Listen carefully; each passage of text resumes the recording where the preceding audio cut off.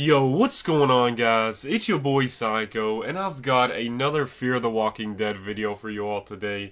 As you can probably hear right now, I'm still pretty sick, so excuse me for the bad sounding voice, but I want to pull through and get you guys a pretty cool video here. This one involves the topic of Daniel Salazar is not dead, and I have some official proof for that. Now, as we all know, if you've seen the Season 2 mid-season finale for Fear the Walking Dead, we were left with a very questionable scene on whether a certain character died. Of course, we know this character is Daniel Salazar. He is honestly my favorite character out of the whole series. I just think the actor does a fantastic job, and his character is very likable, even though he's done some pretty bad things. Considering all of this, there was recently an article with Entertainment Weekly titled, Fear the Walking Dead Showrunner Answers Mid-Season Finale Burning Questions. Within this article, they talk to the showrunner known as Dave Erickson, and one question that they ask is, okay, let's start with Daniel, who lights the whole place on fire, and the last time we see him is surrounded by flames. Safe to assume he is dead, or not?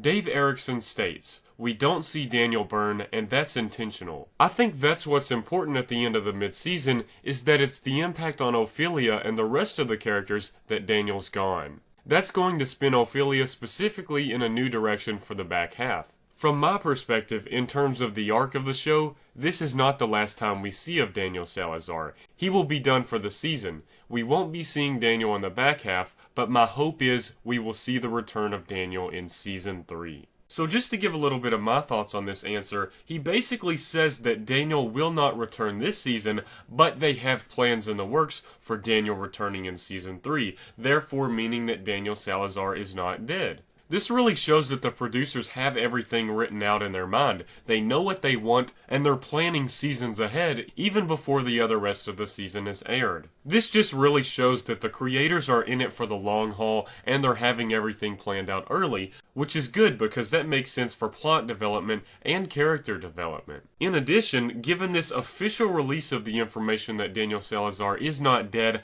I do not have a problem with this death at all being a fake out. And at first, like I said in my review, I stated that if Daniel was alive, of course I would love him to be alive because I like Daniel Salazar, it would make me question all of these fake-out deaths in the Walking Dead series. However, I now don't consider this a fake-out death, considering the information was released that he is alive, meaning that their purpose intentionally wasn't the fact of Daniel dying or not, it was more of how it's going to affect Ophelia, like they stated in the second half of Season 2. So it makes more sense as to they're thinking more about Ophelia's transformation rather than, oh no, did Daniel Salazar die or not? We gotta figure this out over the break. Given this information, I no longer view it as a fake-out death because they have already given us the answer to that and basically said it's not about whether Daniel died, it's about how his disappearance is going to affect Ophelia while he's gone. So that's the way I view it. I am not mad, annoyed, or anything whatsoever, and I actually believe they gave the audience some justice here because they basically state it's not about whether the audience can figure out whether Daniel Salazar died or not, it's more about that transformation that his disappearance will affect her. It just shows that even though it looked like a death, their real intention was Ophelia's transformation, which I just have a lot of respect for the creators just coming out and saying it rather than making us guess over the break. It's also good news for Daniel Salazar fans like myself, and it really makes me excited for Season 3. I'm going to move on to one more thing that Entertainment Weekly states, and then I'll leave some more thoughts here. Entertainment Weekly says, wow, big news here then. It's interesting because when I watched that scene, I was like, well, this guy's a goner. But you know the adage, if you don't see someone actually die on the show, there's always that question mark still out there. Dave says, absolutely. Liza's a very good example. That absolutely was a death, and it was concrete, and we saw her body at the end of the last season, and again at the top of this season, and it was very much about the impact that was going to have on Chris and Travis and the rest of the group. In the instance of Daniel, his story's not done. And what's great about this is it gives some degree of closure for the first half of this season. It gives the story of Daniel reconciling and trying to find some kind of redemption for the crimes he's committed. That's really the end point for that, and he finds that through the ghost of Griselda, essentially. I think there's another chapter to be told in that story. What we'll focus on going into the back half of this season is the impact it has specifically on his daughter, because Ophelia is somebody who really was kind of trapped in her life. She's someone who gave up a great deal in order to take care of her parents, and what she's come to realize now is they didn't need much taking care of. And now at the moment where she should become whatever she wanted to become, she's trapped in this apocalypse. So it'll be interesting to see how that manifests and what Ophelia is able to do to reconcile the loss of her parents now that she's orphaned. So there's more story to tell, and it will involve Ophelia ultimately, but it will not be something we see in Season 2. It's something I think we can hopefully look toward in Season 3. The last question Entertainment Weekly asks about Daniel is when they say, "And before we move off Daniel, what is it that broke him there?" Dave says, "If you watch the trajectory of the first half of the season, there were moments where you heard voices. There were moments where he seemed to be focusing on things that weren't there. I think Ophelia started to see this relatively early on. The only thing that broke him, if you go back to it, is the loss of Griselda. He's a man who's committed a great number of sins. He's a man who's killed, who's tortured, and who's committed war crimes, and he always had his wife, who knew his secrets. And when he loses her at the end of the last season, he really loses his rock. He loses the one thing that's protecting him from these memories and from these crimes and sins, and in the place of Griselda, he now finds his daughter at the beginning of the season who looks at him with a degree of judgment. And without the love of Griselda, the things he did and the guilt that he's been keeping at bay starts to come back, and it eats him over the course of the season.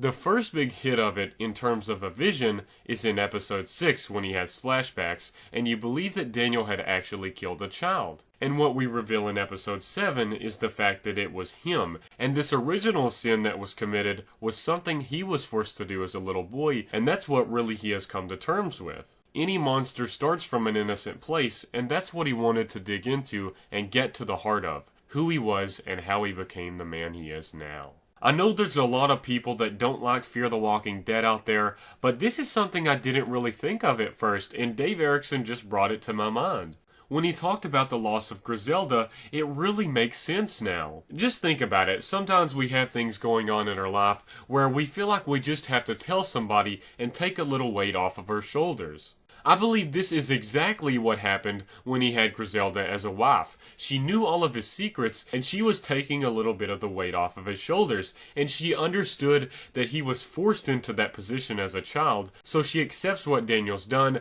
but she still loves him. Now, after Griselda dies, he no longer has that person to lay off a little bit of the weight on, and of course the only other person that really understands what he's done is his daughter, and his daughter accepts him in no way at all. She more or less brings in the negative thoughts and makes Daniel feel himself that he's done some very terrible things. This is basically what causes his sanity to go in a downward spiral, therefore making sense in what happened in episode 7. I truly believe that this show is really improving, and just by this storyline right here, I know there's some people that said Daniel's transformation was too quick, which makes no sense at all. Even IGN said that in their review, which I believe was absolutely ignorant.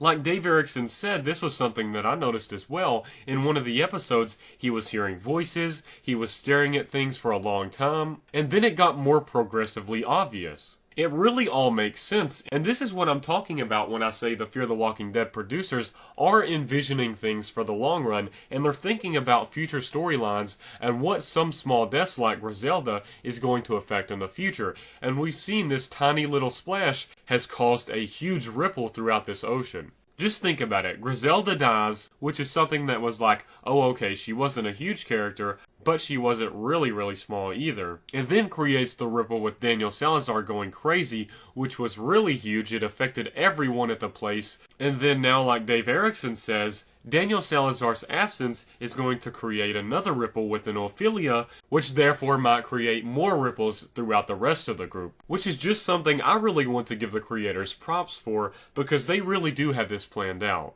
I know I went on a tangent here, but I wanted to kind of combine different ideas such as this proof and also my thoughts about the storyline. As you all can see, Dave Erickson just straight up says that Daniel Salazar will be returning, therefore meaning he most likely will not be dead. This is just some absolutely huge news that I'm very happy to hear, and I just wanted to share it with you all because I know sometimes these articles aren't very easy to find, so I want this to be a center for news, thoughts, analysis, predictions, reviews, and everything for Fear the Walking Dead and The Walking Dead, so I just wanted to let you guys in the loop on that. I really hope you all enjoyed this video, and please make sure to leave a like on the video if you did. It always helps out an absolute ton. Thanks again, guys. Peace out.